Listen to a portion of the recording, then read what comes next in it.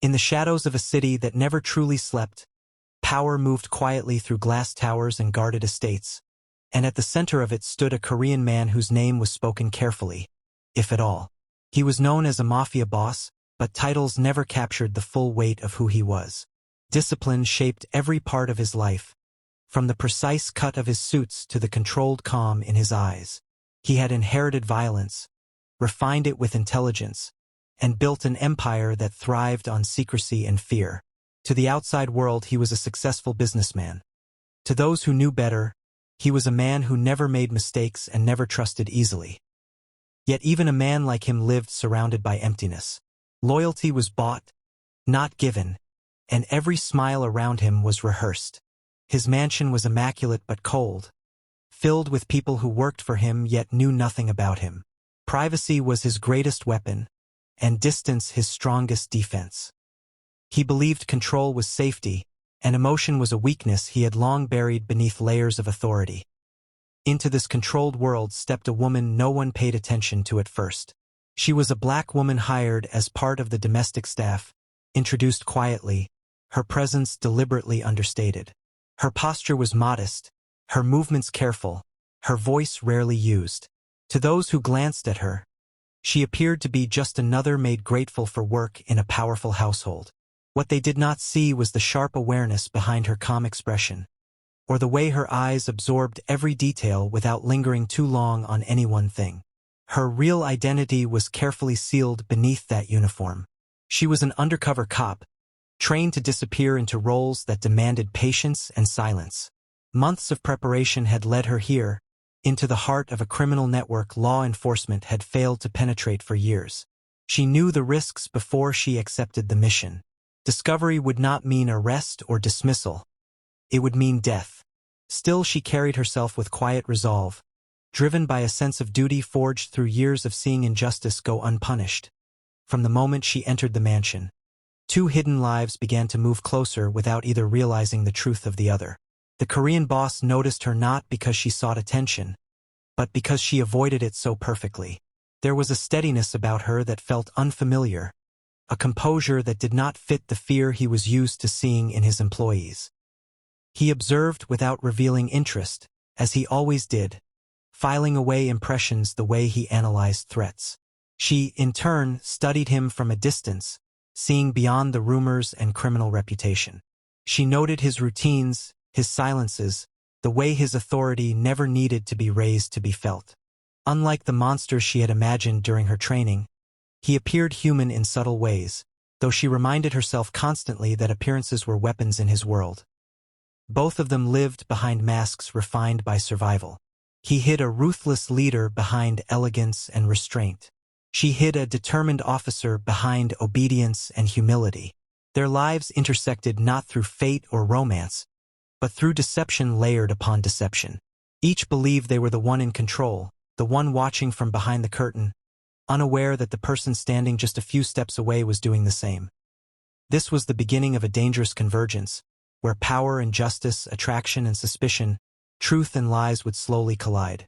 At this stage, neither betrayal nor confession existed yet. There were only two hidden identities sharing the same space, each unknowingly standing at the edge of a story that would test loyalty, morality, and the cost of living a lie. The mansion was not merely a place of residence.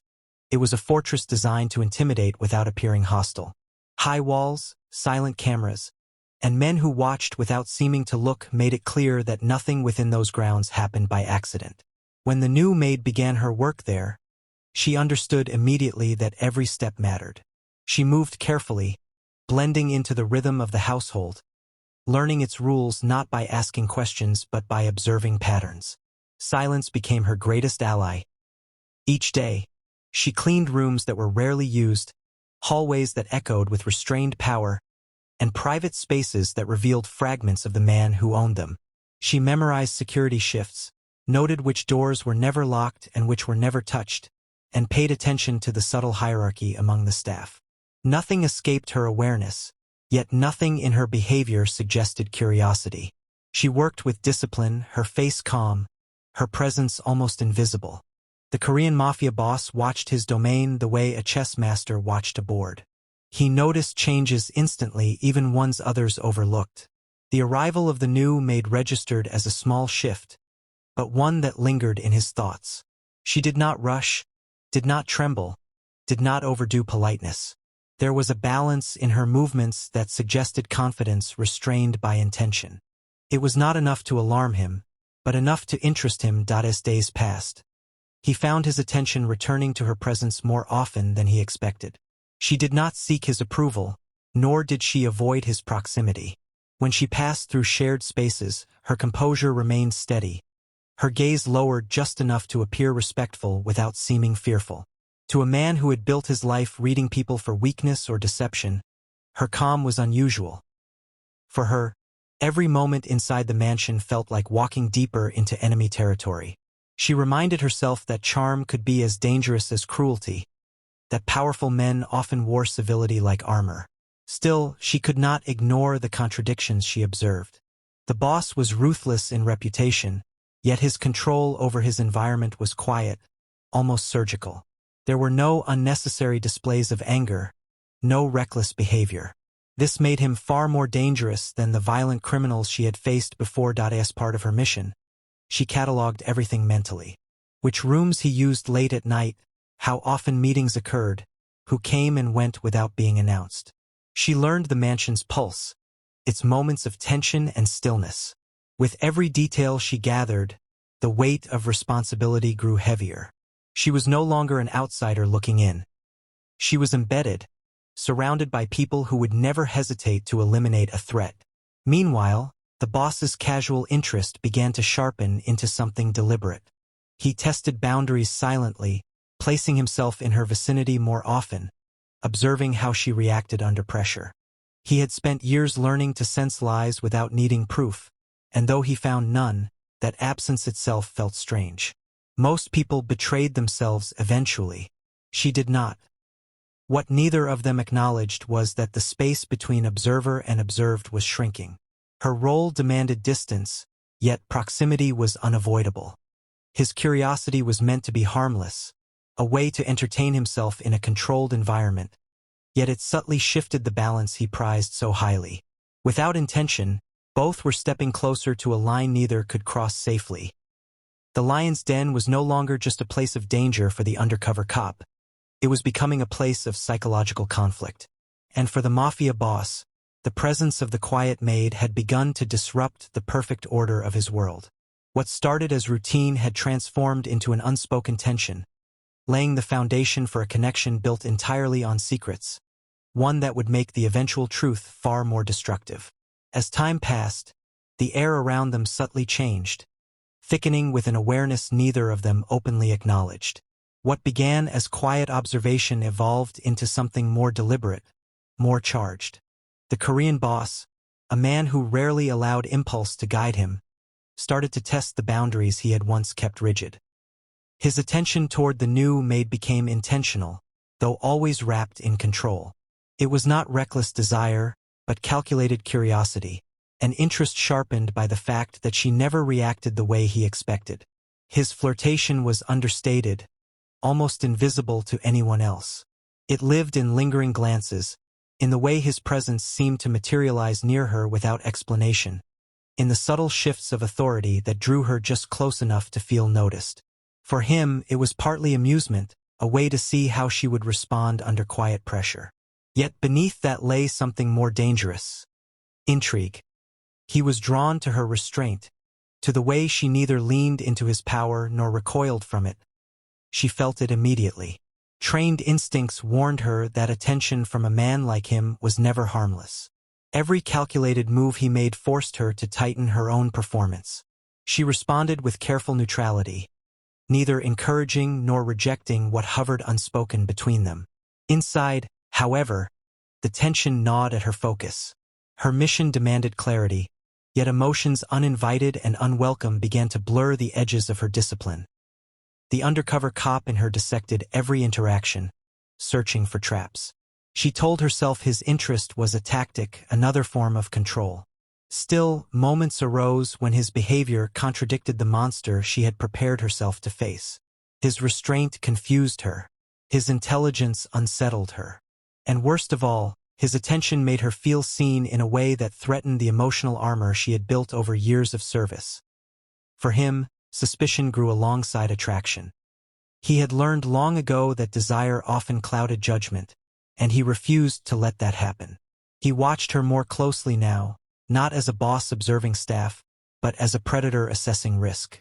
He noticed how she absorbed information, how she adapted too quickly, how fear never truly touched her eyes.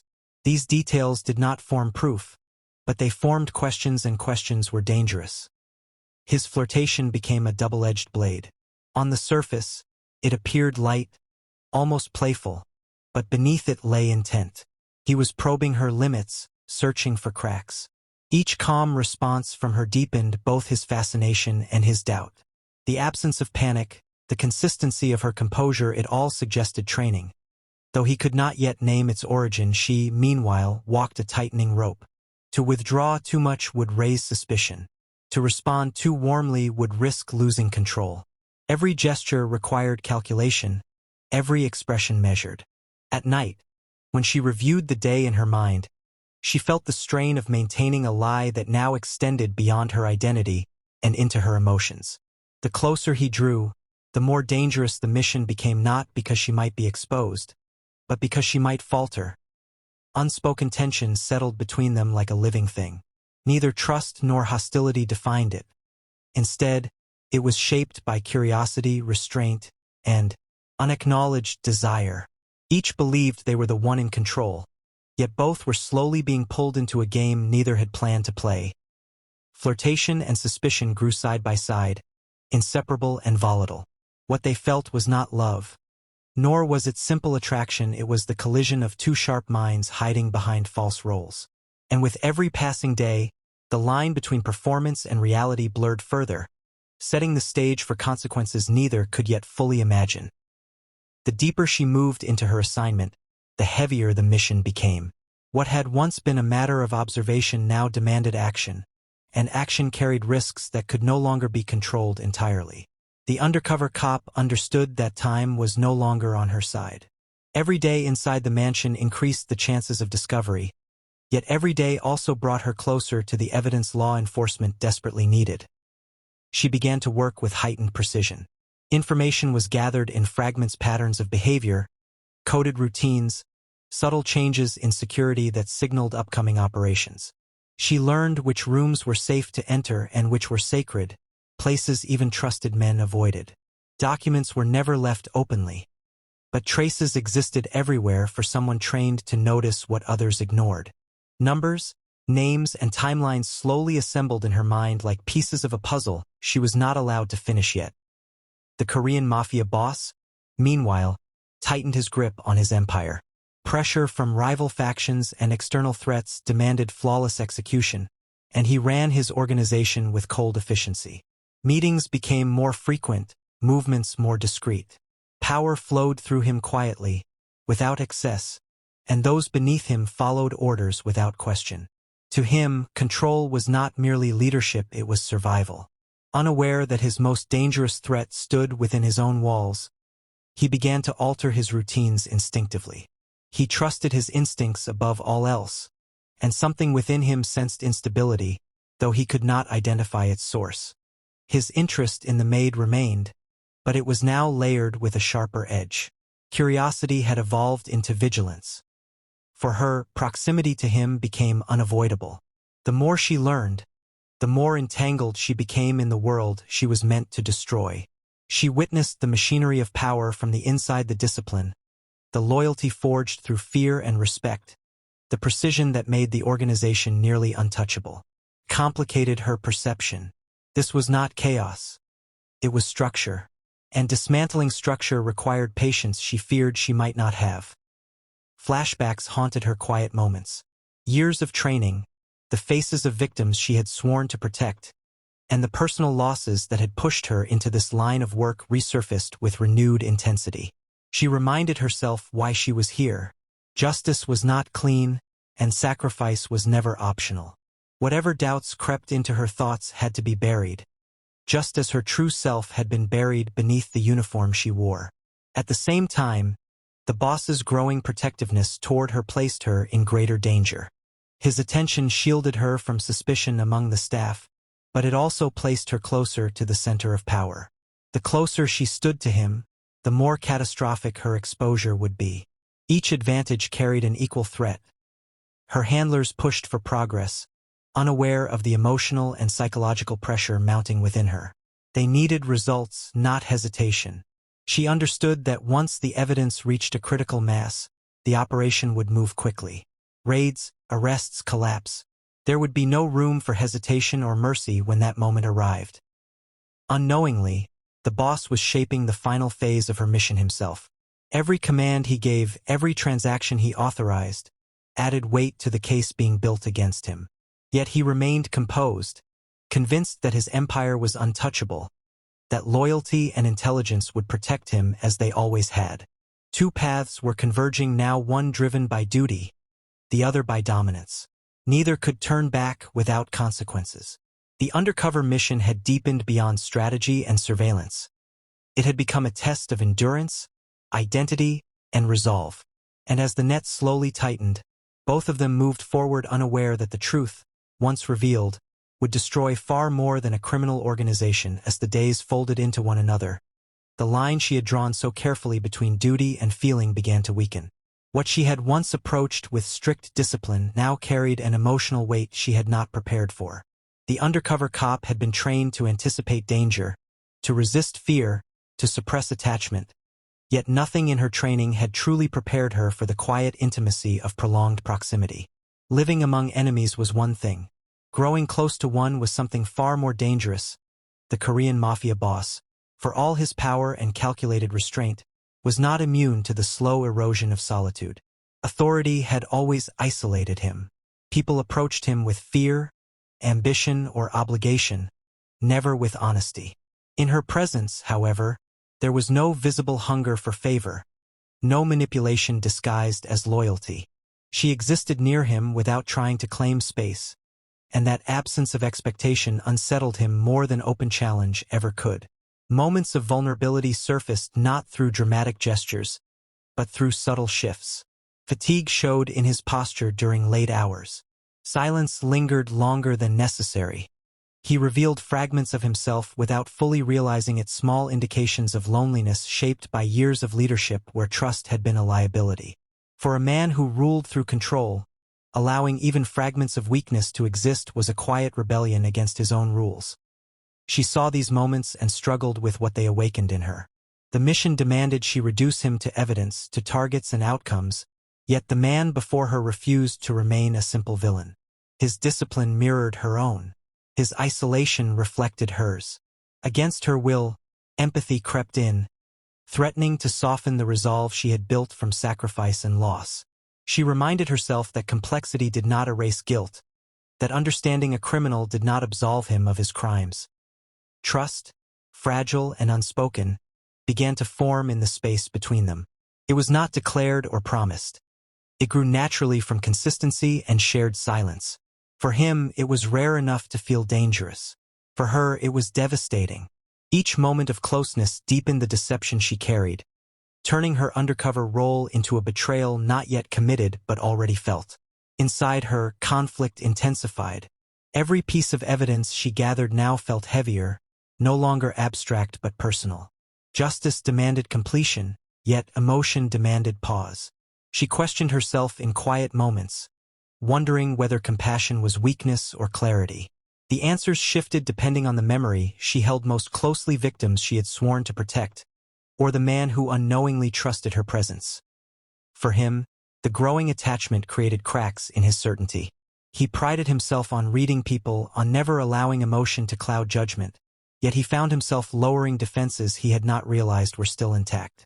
He sensed danger in this closeness, not from her actions, but from what he felt around her. Power had always been predictable. Attachment was not. Neither spoke of what was forming between them. Yet both were aware of it. It existed in restraint, in choices not made, in truths not asked for. It was a bond built entirely on lies, yet it felt real enough to threaten everything they were. Emotional conflict became the most volatile element of all. More dangerous than police raids or rival gangs, it struck at identity itself. She was torn between the woman she and the officer she truly was. He was caught between the leader he had shaped himself into and the man he had buried beneath survival. As trust continued to grow, so did the inevitability of its destruction. The closer they came to understanding one another, the closer they moved toward a truth that would demand sacrifice from them both. What they were building, unknowingly, was not a future but a fracture. And when it finally broke, neither duty nor power would be enough to shield them from the consequences of having let someone in. The balance they had maintained for so long began to falter under the weight of accumulated secrets. What once felt controlled and deliberate now carried an undercurrent of urgency neither of them could ignore. Small irregularities surfaced too minor to alarm anyone else, yet significant enough to unsettle a man who trusted patterns more than people. The Korean Mafia boss had built his survival on instinct refined by experience, and his instincts were no longer quiet. He started to sense that something within his carefully ordered world was misaligned. Not a threat he could name, but a presence that disrupted certainty. His attention sharpened, shifting from casual observation to deliberate analysis. He reviewed routines, reconsidered access, and quietly reassessed those closest to him. Power had taught him that betrayal rarely arrived loudly. It seeped in patiently, disguised as familiarity. The maid stood at the center of his unspoken doubt, not because of anything she had done wrong, but because of how little she had ever done wrong at all.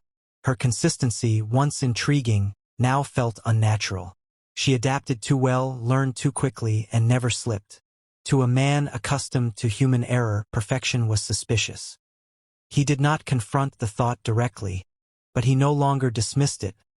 For her, the pressure became suffocating. The deeper the mission ran, the less room there was for error. A single misplaced detail, a moment of hesitation, could unravel everything. She felt the shift in him before she understood it intellectually. His gaze lingered differently now, not with flirtation or curiosity, but with assessment. The warmth she had sensed earlier cooled into something sharper. She responded by tightening her control, but control could no longer erase doubt. Orders from above grew more urgent. The operation was reaching its critical phase, and she was instructed to prepare for extraction. Evidence had been gathered. The net was nearly complete. What remained was timing. Yet the closer she came to the end, the more exposed she felt. She realized that the danger was no longer just physical. Emotional entanglement had blurred her instincts, making her second-guess actions that once came naturally. Every step forward felt like a step toward betrayal not only of him, but of the part of herself that had begun to see him as more than a target. The boss, meanwhile, began to investigate quietly. He did not accuse, he verified. Information flowed toward him as it always had, but now he listened with heightened awareness. He traced movements, cross-checked details, and examined inconsistencies that would have once gone unnoticed. His curiosity hardened into suspicion, though he resisted naming it. Accepting the possibility meant accepting vulnerability, and that was something he despised. As the truth edged closer to the surface, both of them felt the weight of inevitability. Silence grew heavier, trust more fragile. The unspoken bond between them strained under the pressure of reality intruding on illusion. What they had shared, whatever its nature, now felt like a countdown rather than a connection. She began to prepare herself mentally for exposure. Training took over where emotion failed. She rehearsed outcomes, calculated risks, and reminded herself that this was always how it would end. No undercover identity survived forever. The lie had an expiration date, and it was approaching rapidly. He, too, prepared in his own way.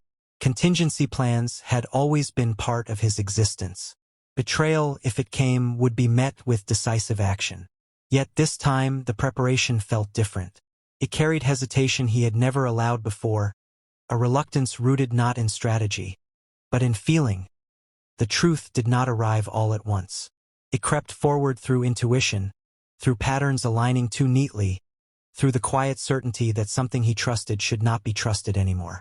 Both of them stood on the edge of revelation, aware that once crossed, nothing could be undone. The story was no longer about attraction or curiosity. It had become a collision course. Duty and dominance, deception and instinct, all converged toward a moment neither could escape. And as the truth pressed closer to the surface, it threatened not only to expose identities but to shatter everything they believed they controlled. The truth, once uncovered, did not explode outward in chaos as stories often promised. Instead, it settled heavily like a verdict already decided. When her identity was finally exposed, it was not through a dramatic mistake, but through inevitability, the careful alignment of suspicion, evidence, and instinct reaching its conclusion. The mask she had worn for so long could no longer hold, and the life she had constructed inside his world collapsed in an instant. For the Korean Mafia boss, the realization struck deeper than anger alone. Betrayal was not unfamiliar to him. He had built his empire expecting it. Yet this betrayal carried a different weight. It was personal in a way he had never allowed before. The quiet maid he had observed, protected, and gradually trusted was no longer just a deception within his organization. She was proof that he had misjudged not only a person, but himself. Rage followed swiftly, sharp and disciplined, but beneath it lay something far more destabilizing. He replayed every interaction, every moment of restraint and vulnerability, recognizing how carefully the lie had been maintained. The precision of it all infuriated him. It meant she had never acted on impulse. Everything had been calculated. The trust he had offered, rare and unguarded, had been used as a tool against him. For her, exposure brought no relief. The moment she had prepared for throughout the mission felt hollow when it arrived. Standing revealed, she carried the full weight of what she had done and what it had cost. Duty had demanded deception, but duty did not shield her from the consequences of having let emotion grow where it should not have existed. She had crossed a line she could never erase. She saw the damage in him immediately, not just the fury of a leader betrayed, but the wounded silence of a man who had allowed himself to believe in something unearned. His pain was not loud. It did not need to be. It existed in the way his composure hardened into something colder than control, something closer to loss. He questioned everything without words. Had any part of it been real? Had her calm, her presence, her restraint ever belonged to her rather than the role she played? The uncertainty tormented him more than the betrayal itself. Lies were easier to survive than ambiguity. She, in turn, faced the reckoning of her own choices. She had known this ending was possible, even likely, yet she had still allowed herself to see him as more than a target. Now, with the truth stripped bare, she could no longer justify that weakness. Justice had been served in principle, but emotionally nothing felt resolved. Victory tasted like regret. The confrontation between them was defined not by violence, but by irreparable fracture. Whatever had existed, trust, curiosity, connection, was severed beyond repair. He could no longer see her without seeing betrayal. She could no longer look at him without carrying guilt. In that moment, both were forced to confront the cost of their lives. His world, built on control and secrecy, had been infiltrated by the one person he had lowered his guard for. Hers, built on duty and righteousness, had required her to destroy something human in the process. Neither emerged unscathed. Betrayal reshaped them both. For him, it reinforced the belief that power demanded isolation, that vulnerability was a flaw to be erased. For her, it left a scar that no commendation or successful operation could heal. She had completed her mission, yet lost a part of herself she could never recover. The revelation did not end their story cleanly. Poisoned it.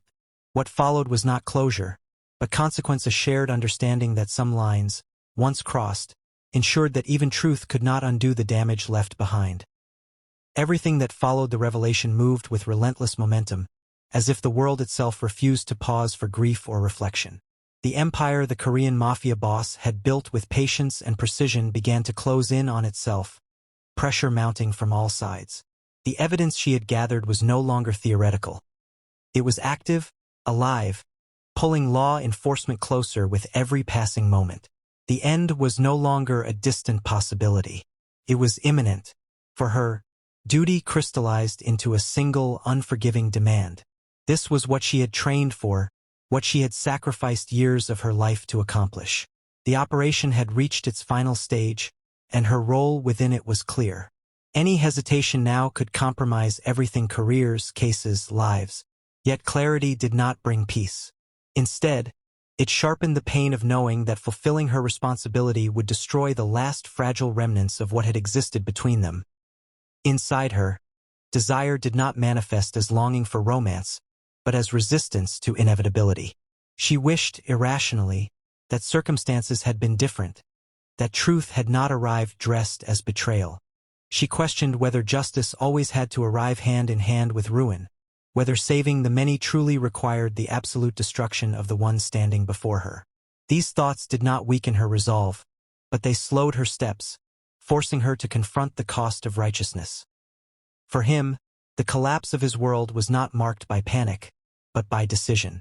He had lived long enough knowing that power was temporary and that no empire was immune to decay. Still, the way it came through the person he had allowed closest forced a reckoning deeper than survival. He stood at the intersection of instinct and emotion, torn between preserving himself and acknowledging the truth of what he felt. Escape was possible. It always had been. Networks, resources, shadows to disappear into. He had prepared for every contingency except this one. Leaving would mean confirming everything he had believed about the world. That attachment was a weakness, that trust was a liability. Staying, on the other hand, meant surrendering control, accepting judgment, and allowing his fate to be decided by the very system he had spent his life opposing. His choice was no longer about dominance or pride. It was about meaning. He could run and survive as a ghost, or he could stand still and let the consequences unfold, knowing that in doing so, he might protect her from retaliation within his own collapsing world. Power had taught him many things, but in this moment, it taught him that control sometimes meant letting go.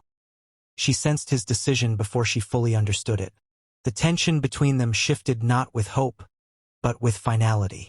Her duty demanded she see him as a criminal at the end of a case. Her humanity insisted she recognize the weight of what he was choosing to lose. The conflict inside her reached its peak here, where the line between officer and woman threatened to fracture completely. She chose duty, because she had to. Not because it was easy, not because it was clean, but because abandoning it would unravel everything she stood for. Yet in choosing it, she did not abandon compassion. She carried his choice with her, knowing it would haunt her long after the operation concluded. He chose acceptance, not as defeat, but as a final assertion of agency.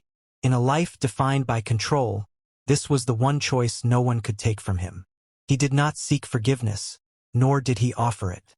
What passed between them in that moment was not reconciliation, but recognition of what had been real, and of what had been irrevocably lost.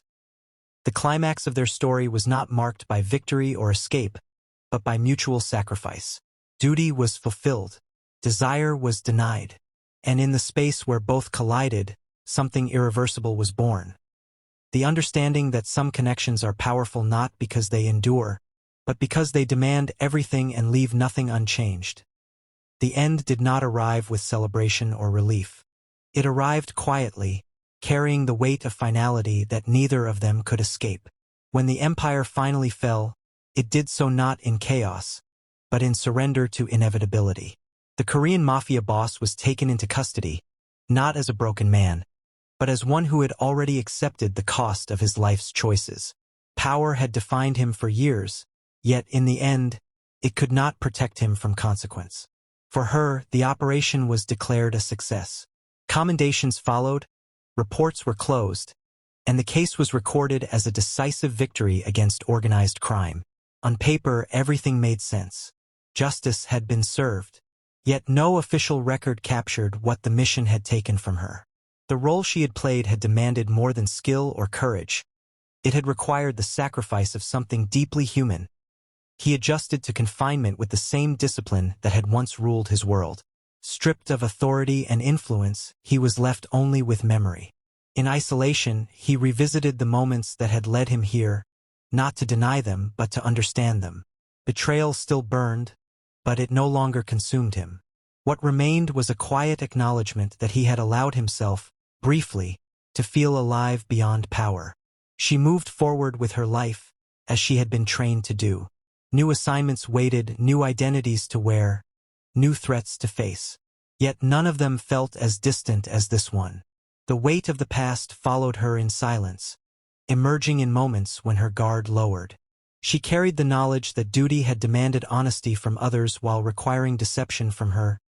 Their connection, however brief and fractured, refused to disappear entirely. It existed now only as memory untainted by lies, yet inseparable from them. For him, it was a reminder that even the most controlled lives are vulnerable to unexpected truth. For her, it was proof that justice could be achieved without erasing regret. They did not meet again, nor did they need to. What had passed between them had already reached its conclusion. The distance between prison walls and open freedom was vast, but it did not erase the shared understanding they carried.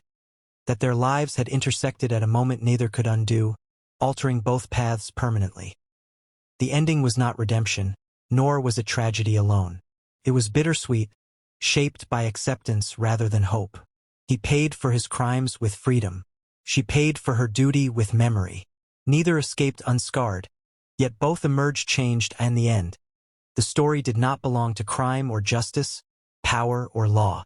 It belonged to consequence, to the truth that choices, once made, echo far beyond their moment, and to the understanding that some stories end not with closure, but with quiet endurance where life continues, carrying the weight of what was lost, and the certainty that it mattered.